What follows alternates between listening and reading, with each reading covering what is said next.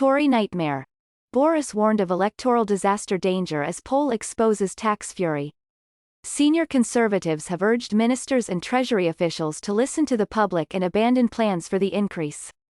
There is worry that the party's reputation for economic competence is in jeopardy and it risks punishment at the polls. The rising cost of living is the source of greatest concern for adults in Great Britain, 54%, according to the research by Redfield and Wilton Strategies.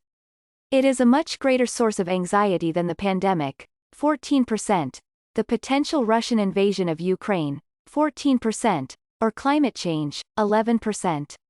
Alleged rule-breaking parties at Downing Street during the pandemic is the top concern for a mere 4% of respondents. Former Brexit Secretary David Davis, who has pressed for the government to stage a U-turn and cancel the planned increase, said the polling showed, the harsh truth is the public are wiser than the officials at the Treasury. He said, they know the impact on ordinary people, they know the impact on jobs, they know the impact on wages, they know the impact on how much they can spend. All of these you would think are critical variables for the economy generally and, ones, the Treasury appears to be ignoring, and ignoring at a time when it actually doesn't need the money. Mr. Davis fears the government is in danger of suffering electoral damage comparable to the aftermath of 1992's Black Wednesday.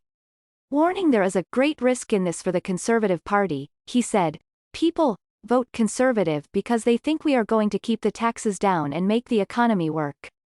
At the moment, I think people expect us to put taxes up more than anybody else, so that's a very bad reputation for a Tory party to have. The last time we had that reputation we lost over 100 seats.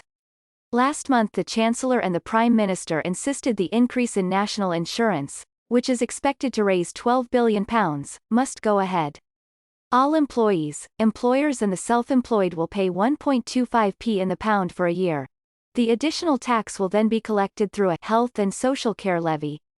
Former Conservative leader Sir Ian Duncan Smith urged ministers to focus on the top concerns of citizens, telling the Sunday Express, they need to listen to what the public is really concerned about, given the terrible increase in cost of living, mostly driven by the energy price spike. Sir Ian warned against increasing national insurance to fund the NHS.